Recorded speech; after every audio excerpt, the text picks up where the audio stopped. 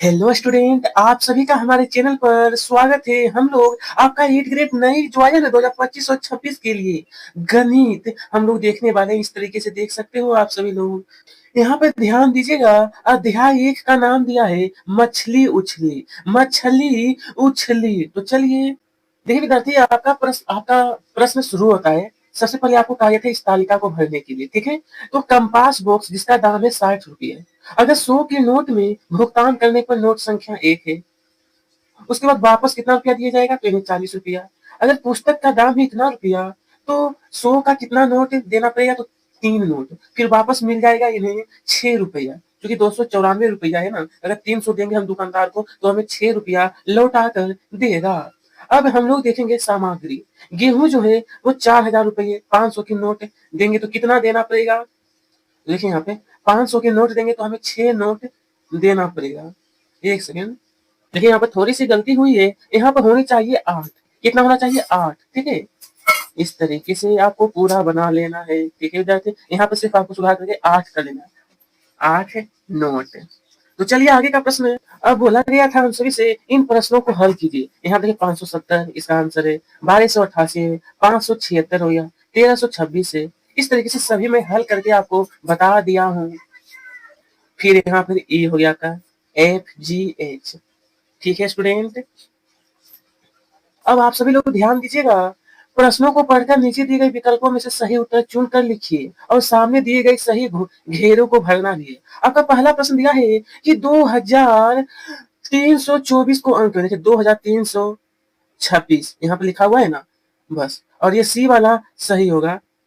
2326, इसमें सी में आपको क्या कहना है, रंग भर देना है। दूसरा प्रश्न है 100 रुपये वाले 15 नोट मिलकर कितने रुपये हो जाते हैं। अगर 15 नोट है 100 का, तो 1500 होगा। कितना होगा, 1500। डी वाला ऑप्शन सही है, तो यहाँ पर इसमें गोल घेरा लगा देना है।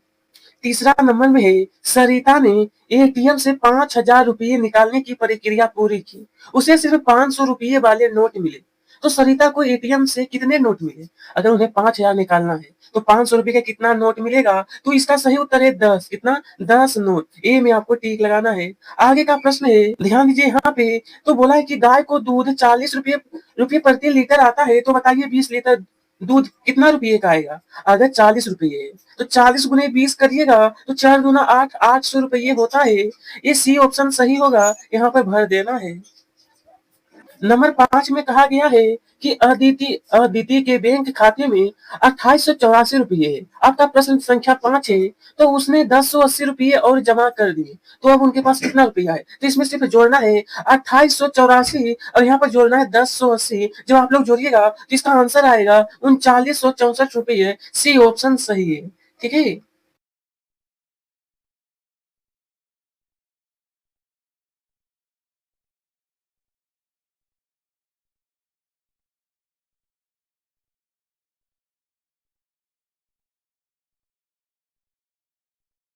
यहाँ पर देखिए आपका इतना तो हो गया था ना, एक बोरी में 50 किलोग्राम, तो लिखना है हल। सॉरी, ये नहीं लिखना, तो लिखना कि तू 8 बोरियों में 50 गुने 8 करेंगे तो हमारा आएगा 400। अतः 8 बोरियों में 400 किलोग्राम चावल आएंगे, ठीक है। ये वाला आपको नहीं लिखना है। अब 7 का अ नंबर कहा है 1 लाख को अंकों में लिखिए। क्या चीज में, अंक में। लिख लीजिए यहाँ पे 1 लाख में विद्यार्थी कोई अगर पूछेगा कितना जीरो होता है, तो आपको बताना है 5, ठीक है। अब 1 नंबर बोला कि 1 लाख की खरीदी करने के लिए अंशु अंशु हाँ, अंशु ने 100 रुपये वाले नोट का उपयोग किया, तो उसने खरीदी के लिए कितने नोट दिए होंगे। देखिए 1000 नोट, जो कि 100 रुपये का 1000 नोट देंगे, तब वो 1 लाख होगा। प्रश्न 8 में कहा गया है यदि दूध की कीमत 50 रुपये प्रति लीटर है, तो 2000 रुपये में कितना लीटर आएगा। तो इसके लिए आपको करना है भागा करिएगा। कितना, क्या करना है, भागा, ठीक है।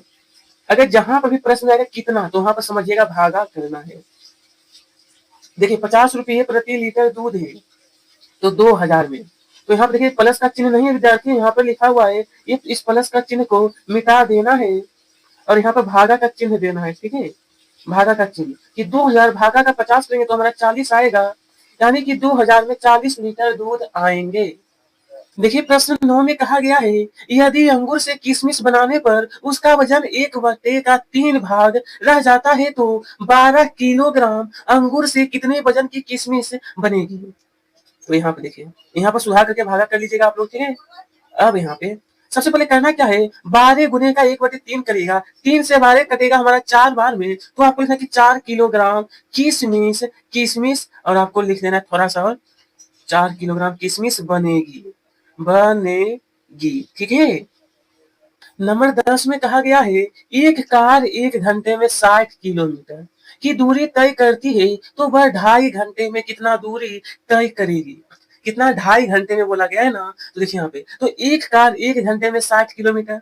अब देखिए तो 2.5 घंटे में, 2.5 का मतलब होता है 2 घंटा 30 मिनट, तो इसको गुना करिएगा तो हमारा 180 टोटल का निकल के आएगा 180 किलोमीटर। अतः वह कार 2.5 घंटे में 180 किलोमीटर किलोमीटर की दूरी तय करेगी। नंबर 11 में कहा गया है, एक रेलगाड़ी 80 किलोमीटर प्रति घंटे की चाल से चलती है तो उसे 360 किलोमीटर की दूरी तय करने में कितना समय लगेगा? आपका प्रश्न, इसका उत्तर देखिए इस तरीके से आपको नोट करना है, एक रेलगाड़ी 80 किलोमीटर प्रति घंटे की चाल से चलती है, ठीक है? उसके बाद फिर लिखना है तो उसे 360 किलोमीटर चलने में कितना घंटा लगेगा वो पूछा गया था ना, तो आपको भागा करना है। देखिए मैं पहले आपको था, जहां पर आपका गणित के प्रश्न में कितना लग जाएगा इसका मतलब है कि वहां पर आपको भाग कर देना है, ठीक है? तो यहाँ पे देखिए 360 भागा का 8 करिएगा तो हमारा आंसर आएगा 45 घंटे। कितना आएगा? 45 घंटे।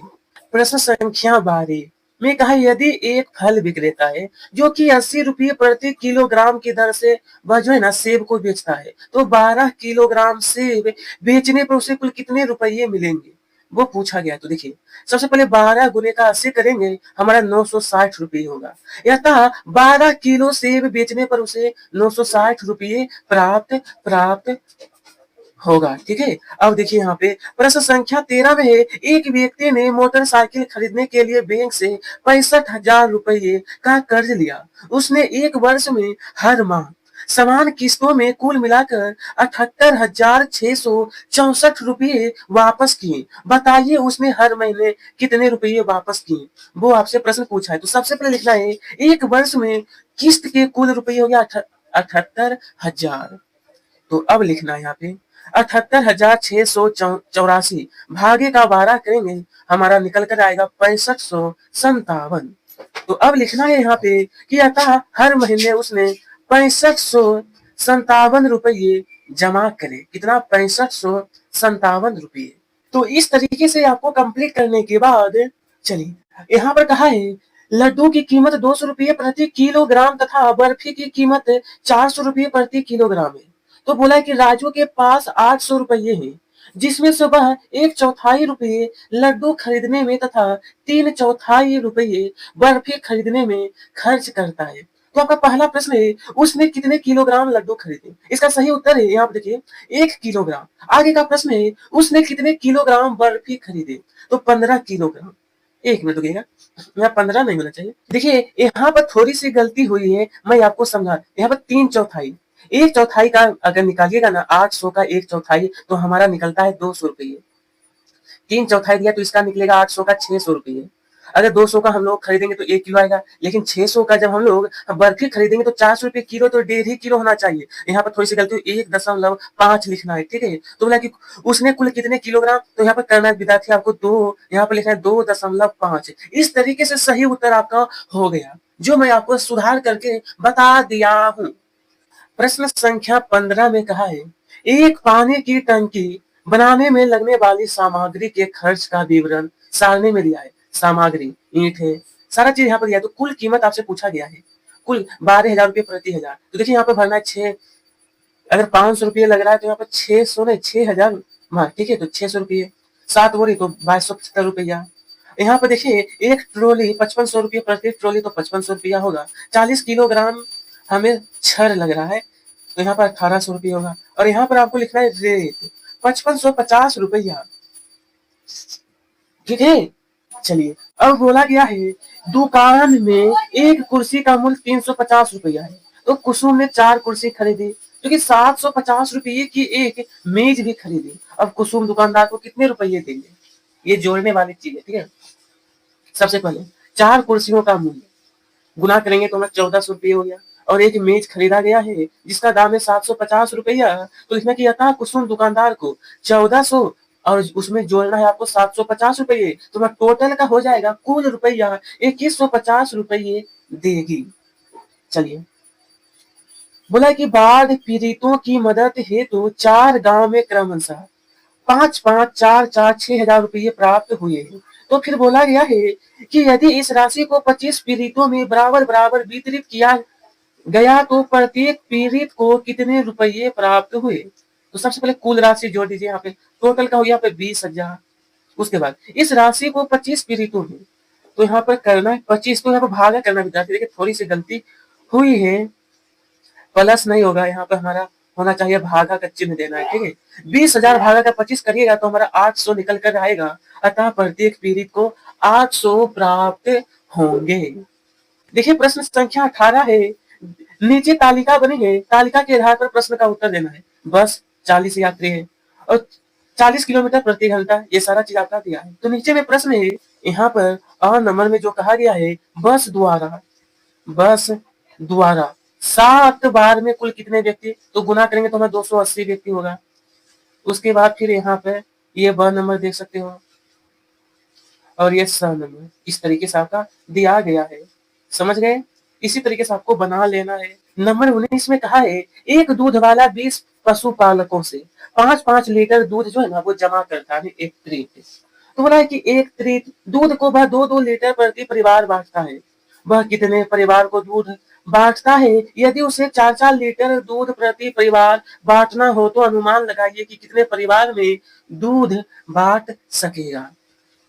देखिए सबसे पहले लिखा है कि दूध वाले द्वारा कुल एकत्रित दूध 5 गुने का हम लोग 20 करेंगे, कितना 5 गुने 20, तो हमारा यहाँ पर निकल करके आएगा 100 लीटर। उसके बाद फिर देखिए 4 लीटर दूध प्रति परिवार बांटने पर यहाँ पर आप सभी को 100 भागा 4 करेंगे तो हमारा निकल कर आएगा 25, अतः वह 25 परिवार में दूध को बांट सकेगा, ठीक है।